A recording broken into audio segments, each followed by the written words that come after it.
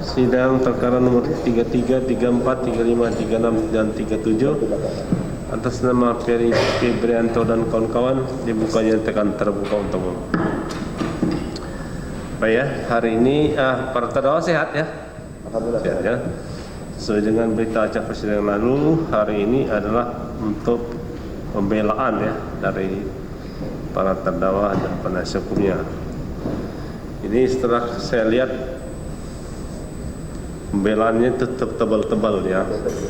Kalau mau dibacakan mungkin subuh kita baru pulang ya. Jadi kita sepakati teknis pembacaannya ya. Karena ini 5 terdakwa ya. Ya. Bagaimana? Pokok-pokoknya aja itu berapa halaman tuh ya, untuk terdakwa 1 aja ya. Nah, terdakwa 2, terdakwa 3 dan 4. Jadi dengan tidak mengurangi rasa hormat ya, toh itu nanti akan diserahkan ya, akan kami baca. Tapi kalau kita baca semua mungkin subuh baru selesai. Jadi karena kami ini sidangnya dari tadi, jadi dari udah mulai ya. Jadi namanya manusia itu ada keterbatasan juga fisiknya. Jadi kita sepakati yang pokok-pokoknya. Bagaimana? Baik yang mulia, dari kami terdakwa Ferry Febrianto ada resumenya yang mulia dari nota pembelaan yang setebal ini yang mulia. Oh, ada resume ya. Ya intinya gitu lah ya. Inti-intinya aja yang kita bacakan ya. Jangan dibacakan semua ya.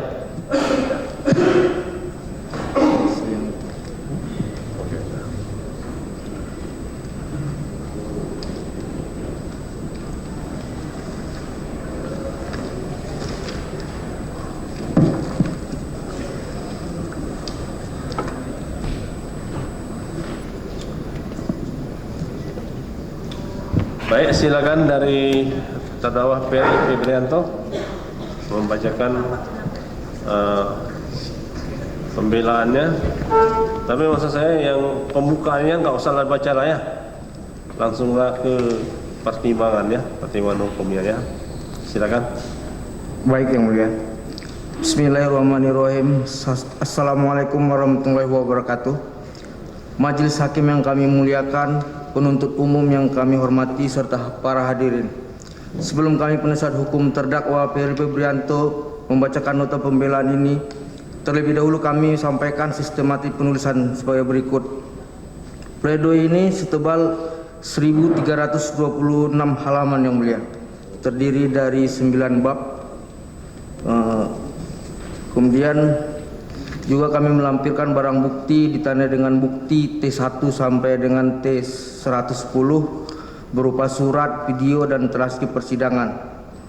Kami hanya membacakan pokok-pokok dari nota pembelaan ini yang mulia, yaitu bab 7 pertanggungjawaban pidana yang akan disampaikan oleh rekan saya di sebelah yang mulia. Ya, bismillahirrahmanirrahim. Majelis hakim yang kami muliakan, penuntut umum yang kami hormati serta hadirin sekalian, setelah penasihat hukum terdakwa Ferry Febrianto dapat membantah adanya syarat objektif yakini dengan tidak terpenuhinya unsur-unsur dari pasal yang didakwakan kepada terdakwa, selanjutnya akan dilihat syarat subjektif yang melekat pada diri terdakwa yakini tentang pertanggungjawaban pidana. Asas umum dalam hukum pidana menyebutkan tiada pidana tanpa kesalahan, sehingga pertanggungjawaban pidana selalu didasarkan pada adanya kesalahan sebagaimana pendapat Profesor Ruslan Saleh dalam bukunya Pidana dan Pertanggungjawaban Pidana, mengemukakan seseorang tidak dapat dipertanggungjawabkan dan dijatuhi pidana apabila tidak melakukan sesuatu tindak pidana. Akan tetapi meskipun ia melakukan suatu tindak pidana, tidaklah ia dapat dipidana. Orang yang melakukan perbuatan pidana akan dipidana apabila ia mempunyai kesalahan.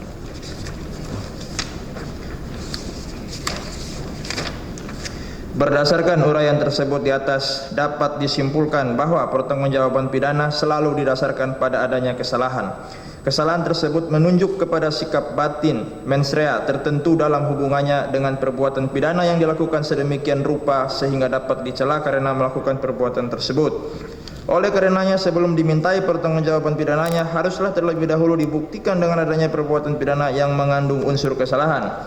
Berdasarkan uraian pengertian dimaksud dikaitkan dengan fakta-fakta hukum yang terungkap di hadapan persidangan perkara akuo, yaitu bahwa perbuatan terdakwa Ferry Febrianto dengan sendirinya demi hukum tidak dapat dimintai pertanggungjawaban pidananya. Oleh karena tidak terbukti adanya kesalahan yang telah dilakukan oleh terdakwa Ferry Febrianto terkait dengan pembelian bidang tanah Cinere Depok seluas 20 hektar yang dilakukan oleh PT Adi Persada Realty tahun 2012. Berdasarkan perjanjian jual beli bidang tanah antara PT Adi Persada selaku pihak pembeli dengan PT CIC selaku pihak penjual berdasarkan akta perjanjian jual beli PJB nomor 73 tanggal 31 Mei 2012 di hadapan Notaris Veronica Srihartati. Sebagaimana perjanjian yang dimaksud dalam pasal 1320 dan pasal 1338 KUH Perdata, di mana telah terjadi perbuatan wan prestasi yang dilakukan oleh PT CIC selaku pihak penjual sebagaimana dimaksud dalam pasal 1238 dan pasal 1243 KUH Perdata.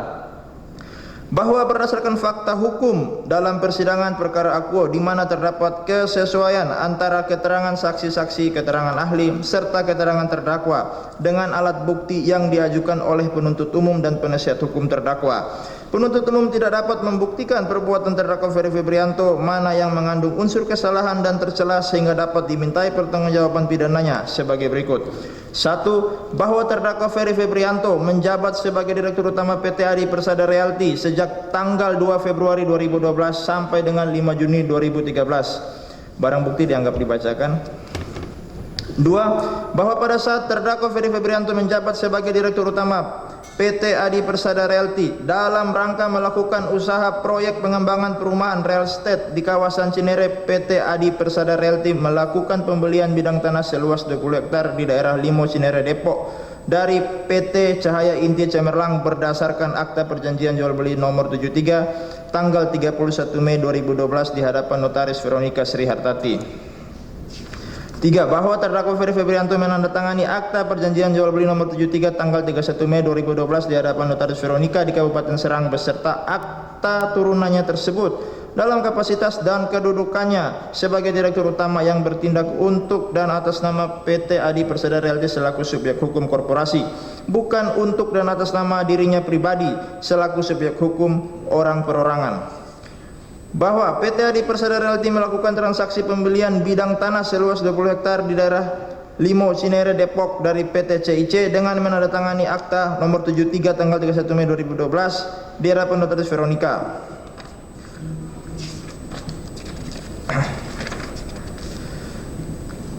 5.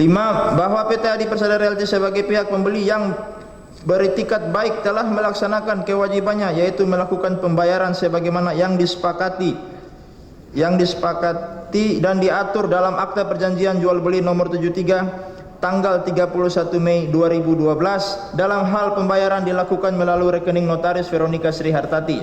Sebelumnya telah disepakati oleh Soful Ulum selaku Direktur Operasi dengan Nurul Falah selaku Direktur PT CIC di mana terdakwa Ferry Febrianto selaku Direktur Utama Adi Persada Realty menyetujui dan menandatangani cek perusahaan setelah sebelumnya diperiksa, diajukan dan disetujui oleh Direktur Operasi dan Direktur Keuangan sebagaimana mekanisme internal korporasi PT Adi Persada Realty dalam pengeluaran uang. 6. Bahwa terdakwa Ferry Febrianto selaku Direktur Utama PT Adi Persada Realty tidak pernah memperkaya diri sendiri dengan menerima hadiah atau janji baik berupa uang maupun barang yang berasal dari pembayaran sebesar 60 miliar yang telah dibayarkan oleh PT Adi Persada Realty kepada PT CIC di mana pembayaran tersebut dilakukan PT Adi Persada Realty selaku pembeli beretikat baik dalam melaksanakan kewajibannya sebagaimana diatur dalam akta perjanjian jual beli nomor 73 tanggal 31 Mei 2012, bukan untuk memperkaya Nurul Falah, Hamid Zehan dan Anton Rudiamanto Santoso dari PT CIC maupun Notaris Veronica. 7. Bahwa uang yang digunakan oleh PT Adi Persada Realty untuk melakukan pembayaran pembelian bidang tanah kepada PT Cahaya Inti Cemerlang bersumber dari penyertaan dan pinjaman obligasi dari PT Adikarya Persero selaku korporasi induk di mana telah dilakukan dalam laporan keuangan PT Adi Persada Realty tahun 2012 dan tahun 2013.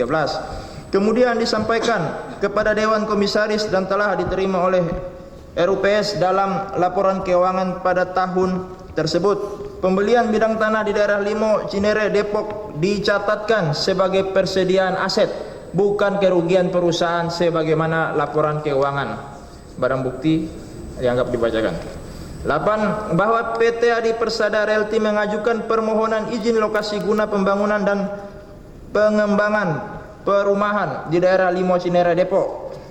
9. Bahwa PT Adi Persada Realty telah mengajukan permohonan hak guna bangunan kepada Kantor Pertanahan Kota Depok di mana SHM nomor 8 Abdul Karim berupa bidang tanah seluas 12.000 meter telah berubah kepemilikan menjadi SHGB nomor 5316.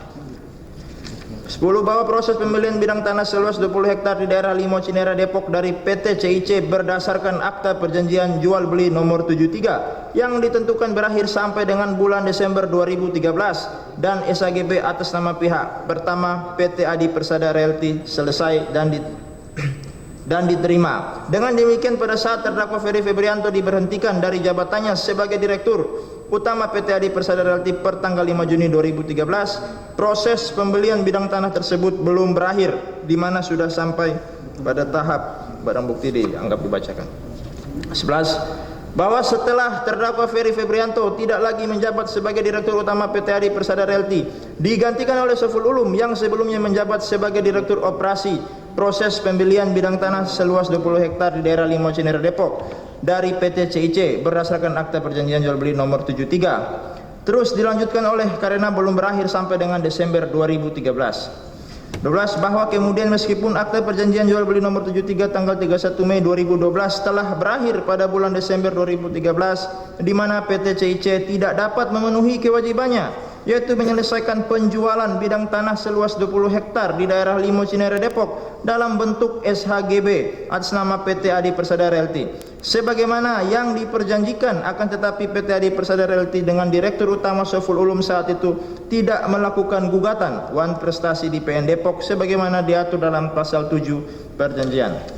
13. Bahwa selanjutnya pada tanggal 22 Juli 2014 Saiful Ulum selaku Direktur Utama PT Adi Persada Realty diganti oleh Insinyur Haji Amrozi Hamidi berdasarkan akta pernyataan keputusan rapat PT Adi Persada Realty nomor 85 tanggal 22 Juli 2014 yang dibuat di hadapan Rosida Raja Guguk Siregar, notaris di Kota Jakarta Selatan, di mana proses pembelian bidang tanah seluas 20 hektar. 14. Bahwa sejak adanya surat Kantor Pertanahan Kota Depok Provinsi Jawa Barat tanggal 9 Oktober 2014 tersebut baru diketahui terjadi permasalahan terkait kelengkapan berkas kepemilikan bidang tanah yang dijual oleh PT Cahaya Inti Cemerlang kepada PT Adi Persada Realty. Akibatnya berkas permohonan hak guna bangunan yang diajukan oleh PT Adi Persada Realty kepada Kantor Pertanahan Kota Depok dikembalikan dan tidak dapat diproses lebih lanjut. Meskipun telah terjadi keadaan demikian, akan tetapi PT Adi Persada Realty dengan Amrozi Hamidi selaku Direktur Utama tidak juga mengajukan gugatan wan prestasi di PN Depok sebagaimana diatur dalam pasal 7 perjanjian. Bahwa kemudian pada tanggal 18 Juni 2015 PT Adi Persada Realty digabung dengan PT Adi Persada Property berdasarkan akta penggabungan PT Adi Persada Realty ke dalam PT Adi Persada Property nomor 42 tanggal 18 Juni 2015 yang dibuat di hadapan Insinyur Nanete.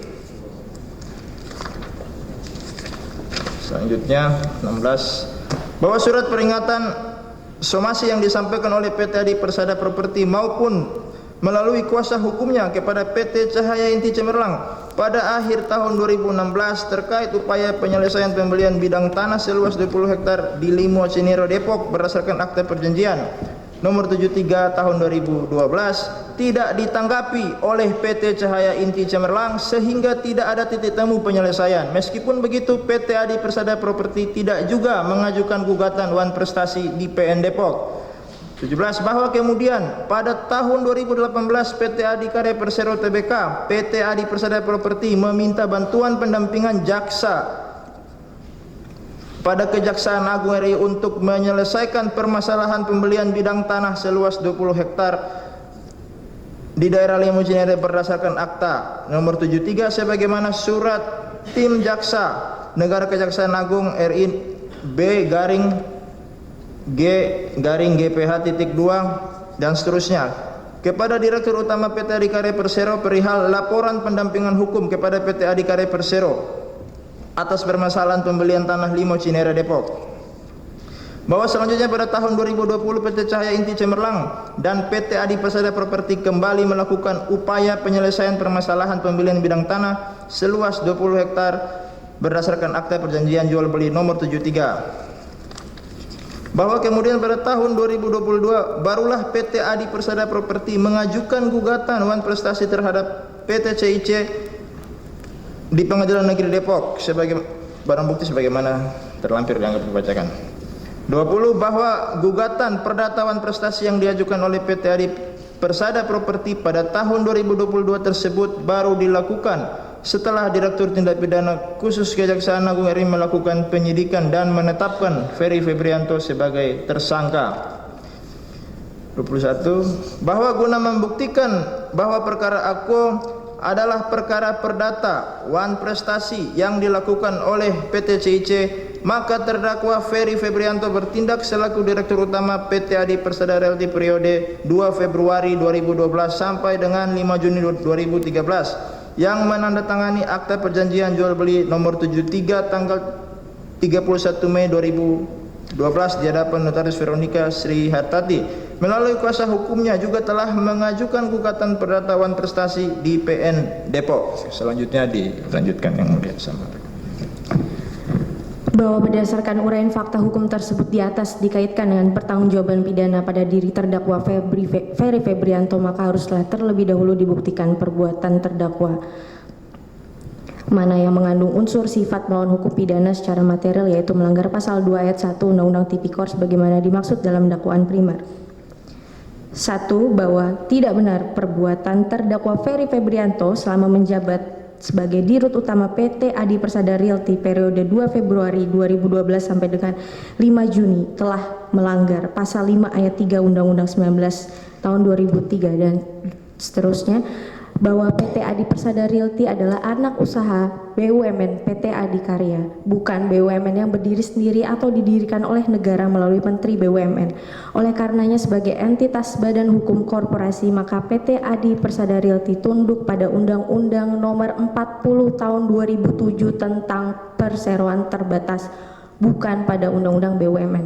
Bahwa penunjukan dan pengangkatan terdakwa Ferry Febrianto sebagai dirut berdasarkan RUPS yang dilakukan PT Adikarya selaku perusahaan induk, bukan melalui surat keputusan Menteri BUMN yang mewakili negara dalam kepemilikan BUMN. Selanjutnya pasal 19 ayat 1 PRPD BUMN dan seterusnya. Bahwa pada saat diberhentikan dari jabatannya selaku dirut PT Adi Persada Realty, RUPS menyampaikan kepada terdakwa Ferry Febrianto ucapan terima kasih dan memberikan pembebasan tanggung jawab dan pelunasan seluruhnya acquit at the charge atas tugas-tugas serta tindakan pengurusan yang dilakukan sejak pengangkatannya sampai dengan dilaksanakan rapat ini. Selanjutnya pasal 12 angka 5 Anggaran Dasar Perseroan PT Adi Persada Realty sebagaimana tertuang dalam akta pernyataan keputusan rapat nomor 9 dan seterusnya. Bahwa terdakwa Ferry Febrianto secara rutin dan berkala melaporkan dan mengajukan surat kepada Dewan Komisaris dalam kapasitasnya mewakili PT Adikarya, di mana telah disetujui penambahan penyertaan untuk membayar pembelian bidang tanah di daerah Limo Cinere Depok tersebut. Bahwa terdakwa tidak pernah diberikan teguran maupun sanksi dari Dewan Komisaris karena adanya pelanggaran terhadap pasal 12 angka 5 ADART PT APR. Bahwa sebelum diberhentikan terdakwa dipromosikan oleh Menteri BUMN menjadi Direktur PT Pegadaian berdasarkan Kepmen BUMN selaku RUPS Perusahaan Perseroan PT Pegadaian nomor SK sekian. 4. Prosedur pengadaan lahan nomor P00 dan seterusnya. Bahwa PT Adi Persada Realty tidak mempunyai SOP terkait pengadaan lahan, sehingga bukan kewajiban untuk dilaksanakan sesuai SOP tersebut. Oleh karenanya tidak ada ketentuan yang dilanggar oleh terdakwa Ferry Febrianto selaku Direktur Utama PT APR dalam pembelian tanah Aquo. 5. Terkait SOP pada tanggal 1 Juli 2012 bahwa terkait pembayaran PT APR kepada notaris telah melalui mekanisme internal PT APR di bawah tanggung jawab Direktur Keuangan dan Direktur Operasi, bahwa pembayaran sebesar kurang lebih 60 miliar yang telah dibayarkan, di mana pembayaran tersebut dilakukan PT APR selaku pembeli beritikat baik dalam melaksanakan kewajibannya sebagaimana diatur dalam AJB nomor sekian, bahwa terdakwa Ferry Febrianto dalam proses pembayaran ini tidak ada ketentuan yang dilanggar, bahwa terhadap tuduhan pelanggaran peraturan tersebut sebagaimana yang telah diuraikan penuntut umum dalam dakwaan dan tuntutannya, penasihat hukum terdakwa Ferry Febrianto menolak seluruhnya dalil-dalil penuntut umum dengan alasan dan dasar hukum sebagai berikut. Bahwa penuntut umum dalam dakwaan dan tuntutannya tidak dapat membuktikan perbuatan terdakwa Ferry Febrianto mana yang telah melanggar ketentuan pasal 5 ayat 3 Undang-Undang 19 tahun 2003 dan seterusnya, pasal 19 ayat 1 Permen BUMN dan seterusnya, pasal 12 angka 5 ADRT dan seterusnya, prosedur pengadaan lahan PNONO dan seterusnya, SOP departemen dan seterusnya, sehingga harus dimintai pertanggungjawaban pidananya telah melakukan tindak pidana korupsi merugikan keuangan negara sebagaimana dalam dakwaan primer dan subsidiar.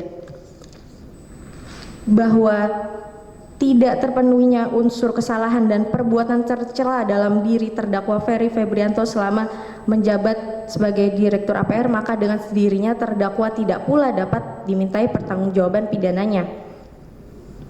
Bahwa perkara aku adalah perkara perdatawan prestasi jual beli bidang tanah.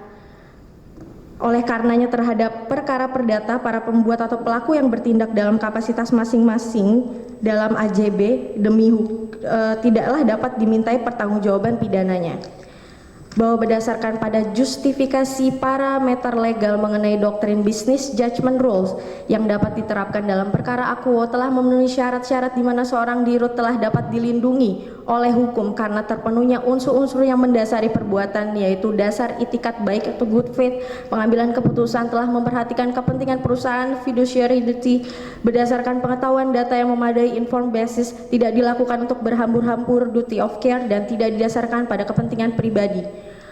Hal ini tentunya didasarkan pada apa yang ada dalam fakta persidangan dan keterangan-keterangan saksi bahwa Ferry Febrianto tidak pernah terbukti menerima uang baik transfer maupun cash, tidak pernah berafiliasi maupun melakukan permufakatan jahat dengan pihak lain, dan tidak mengambil keputusan atas dasar kepentingan pribadi sebagaimana disebutkan dalam pasal 97 ayat 5 dan pasal 114 ayat 5 Undang-Undang PT, di mana doktrin business judgment rules ini dapat dijadikan sebagai golden parachute dalam penerapan perlindungan hukum terhadap organ perusahaan dalam aktivitas bisnis perusahaan.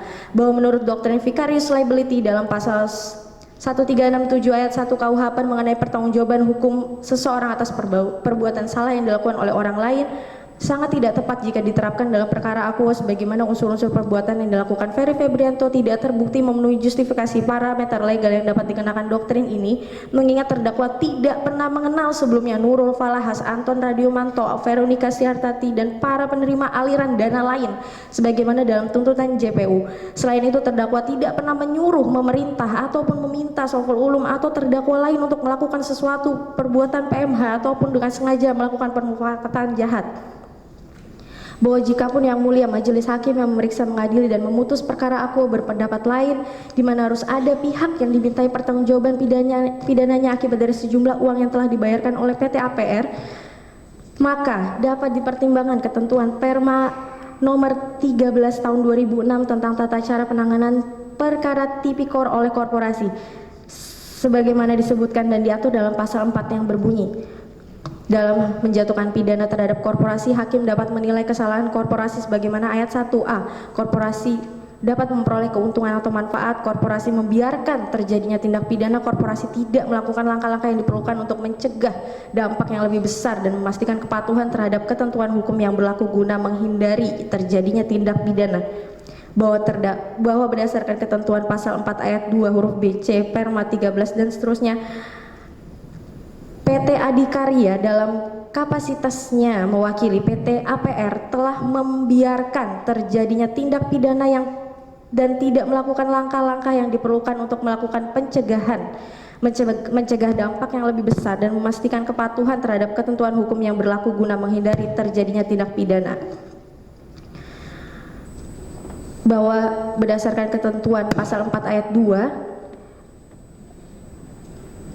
tentang tata cara dan sebagainya, untuk mempertimbangkan bahwa korporasi PT Adikarya dalam kapasitasnya mewakili PT APR yang seharusnya dimintai pertanggungjawaban pidana, bahwa dengan demikian terdakwa Ferry Febrianto dapat diterapkan putusan lepas dari segala tuntutan hukum atas perbuatan yang dilakukan terdakwa dalam surat dakwaan penuntut umum telah terbukti secara sah dan meyakinkan menurut hukum. Akan tetapi terdakwa tidak dapat dijatuhi pidana karena perbuatan tersebut bukan merupakan tindak pidana korupsi kerugian negara, melainkan merupakan bidang hukum perdatawanan prestasi, dan pihak yang dimintai pertanggungjawaban pidana karena kelalaiannya adalah korporasi PT Adikarya dalam kapasitasnya mewakili APR. Berdasarkan uraian tersebut di atas, penasihat hukum terdakwa berkesimpulan bahwa perbuatan yang dilakukan oleh terdakwa Ferry Febrianto bukanlah suatu perbuatan yang mengandung unsur kesalahan, atau pada saat melakukan perbuatan tersebut terdakwa tidak memiliki pertanggungjawaban pidana, melainkan pertanggungjawaban korporasi. Dengan demikian terdakwa tidak memiliki kesalahan pada saat melakukan perbuatan sebagaimana yang didakwakan dan dituntut oleh penuntut umum dalam perkara akuo. Terima kasih Yang Mulia. Kesimpulan Yang Mulia. Penutup, majelis hakim yang kami muliakan, penuntut umum yang kami hormati, serta hadirin sekalian. Sebelum kami mengakhiri nota pembelaan ini, perlu kiranya kami sampaikan segala sesuatu yang kami anggap penting dan perlu, agar kiranya majelis hakim yang mulia dapat mengetahui latar belakang dan siapa sebenarnya yang sedang duduk sebagai terdakwa di hadapan majelis hakim yang kami muliakan, yang saat ini sedang dituntut oleh penuntut umum telah melakukan tindak pidana korupsi merugikan keuangan negara. Ferry Febrianto, pria kelahiran Surakarta 50 tahun silam ini, adalah sosok yang sederhana dan bekerja keras. Sejak awal karirnya dimulai di BUMN plat merah PT Adikarya pada tahun 1992 sebagai engineering. Sejak itu berbagai jabatan telah diemban dan dilalui oleh Pak Ferry dengan sukses. Di antaranya menjabat sebagai manajer teknik PT Adi Pregas tahun 1994, manajer teknik PT Adikarya Cabang Medan tahun 1999, manajer teknik divisi monorail PT Adikarya tahun 2004, kepala divisi pengembangan bisnis PT Adikarya tahun 2008, hingga ditunjuk dan diangkat menjabat sebagai Direktur Utama PT Adi Persada Realty periode Februari 2012 sampai dengan Mei 2013, yaitu anak usaha PT Adikarya yang baru didirikan saat itu. Untung tak dapat diraih, malang tak dapat ditolak. Setelah 20 tahun lamanya berkarir dan mengabdi di PT Adikarya, bukan penghargaan yang didapat, justru malah ditetapkan sebagai tersangka, ditahan dan disidangkan dalam perkara dugaan tindak pidana korupsi kerugian keuangan negara atas pembelian bidang tanah di Cinere, Depok yang dilakukan oleh PT Adi Persada Realty 11 tahun silam pada saat Pak Ferry menjabat sebagai Direktur Utama. Selain berkarir di PT Adikarya, Pak Ferry juga dipercaya oleh Menteri BUMN untuk menjabat sebagai Direktur Manajemen Aset PT Pegadaian tahun 2013, Direktur Teknik PT Patra Jasa tahun 2018, dan Direktur Operasi 2 PT Hutama Karya tahun 2020. Akhirnya, sejak ditetapkan sebagai tersangka dan ditahan dalam perkara ini, pada tahun 2022, Pak Ferry telah diberhentikan dari jabatannya selaku Direktur Operasi 2 PT Hutama Karya. Karir dan pengabdiannya harus berhenti karena suatu peristiwa yang terjadi 11 tahun yang lalu. Akibat kelalaian dan pembiaran yang dilakukan oleh PT Adikarya dan anak usahanya PT Adi Persada Properti dalam penyelesaian permasalahan pembelian bidang tanah di Cinere, Depok tahun 2012. Majelis hakim yang kami muliakan, penuntut umum yang kami hormati, serta hadirin yang berbahagia. Sejujurnya, kami ingin sampaikan dalam sidang yang mulia ini bahwa terdakwa hanyalah berharap mendapatkan keadilan dari majelis hakim yang kami muliakan, sebab pada dasarnya terdakwa menyadari perbuatan yang dilakukannya bukanlah tindak pidana korupsi sebagaimana yang dilakukan oleh penyelenggara negara yang benar-benar melakukan perbuatan korupsi yang dipahami oleh masyarakat saat ini. Oleh karenanya, pembelaan ini dimaksudkan untuk memohon keadilan yang seadil-adilnya dari majelis hakim yang kami muliakan. Atas nama terdakwa, kami hanya mengharapkan agar majelis hakim yang kami muliakan dapat memberikan keadilan kepada terdakwa atas apa yang telah dituntut oleh penuntut umum. Sekarang, setelah pengadilan ini mendengar dan melihat fakta-fakta yang terungkap dalam persidangan, adalah fair kiranya jika kami, tim penasihat hukum terdakwa, menyampaikan sisi baik terdakwa dalam upaya kami untuk menjadikan penyampaian fakta-fakta yang seimbang dan adil. Laki-laki yang saat ini duduk di hadapan majelis hakim yang kami muliakan dalam posisi sebagai terdakwa ini adalah suami dari seorang ibu rumah tangga yang bernama Rofi Yulisa, serta ayah dari 2 orang anak laki-laki. Anak pertama bernama Torik Haidar Hafiz yang saat ini sedang kuliah di Universitas Diponegoro, dan anak kedua bernama Faruk Haisam Hasim yang saat ini masih sekolah di bangku SMA. Pada setiap kali persidangan, kami selalu melihat kehadiran keluarga terdakwa, istri, anak, sahabat, dan kerabatnya. Anak-anaknya tentu sangat tidak percaya bahwa ayahnya yang demikian dikagumi yang selalu menanamkan pelajaran kejujuran dan memberikan pelajaran agama kepada mereka, kini harus menerima kenyataan didudukkan sebagai terdakwa dan ditahan di balik tembok-tembok penjara dan dipisahkan dengan seluruh keluarganya. Inilah yang sangat memprihatinkan, inilah yang sangat menyedihkan, inilah yang sangat memukul seluruh keluarga besar Ferry Febrianto di penjara karena korupsi. Anak-anak terdakwa menyadari kenyataan pahit yang menimpa keluarganya, namun mereka tetap mengharapkan putusan yang seadil-adilnya dari majelis hakim yang kami muliakan, agar terdakwa dapat kembali pulang ke rumah dan berkumpul dengan keluarganya. Sebagaimana terdakwa, keluarganya juga mengharapkan adanya keadilan, karena mereka meyakini ayahnya bukan koruptor dan tidak melakukan perbuatan korupsi. Yang mereka harapkan adalah putusan yang sesuai dengan perbuatannya. Berbulan-bulan telah dilewati meringkuk dalam penjara. Tentu keluarganya dan anak-anaknya sangat mengharapkan bisa cepat berkumpul kembali dengan ayah tercinta mereka seperti sedia kala. Mereka sangat yakin, bahkan hakul yakin, bahwa ayahnya adalah orang baik-baik, bukan seperti koruptor yang merampok uang negara triliun rupiah yang menyengsarakan rakyat seperti apa yang mereka lihat di media massa selama ini. Ada suatu hal kecil yang mungkin lepas dari perhatian majelis hakim yang mulia. Terdakwa selalu mengisi malam-malamnya di rutan Kejaksaan Agung Republik Indonesia dengan mengaji dan sholat tahajud.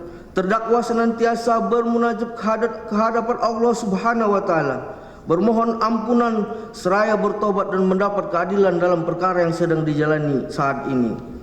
Majelis hakim yang kami muliakan, penuntut umum yang kami hormati, serta hadirin sekalian, kami ingin mengakhiri nota pembelaan ini dengan permohonan agar kiranya majelis hakim yang kami muliakan dengan segala kewibawaannya dapat memberikan putusan membebaskan atau melepaskan terdakwa dari segala tuntutan hukum, atau setidak-tidaknya memberikan keadilan kepada terdakwa dan keluarganya.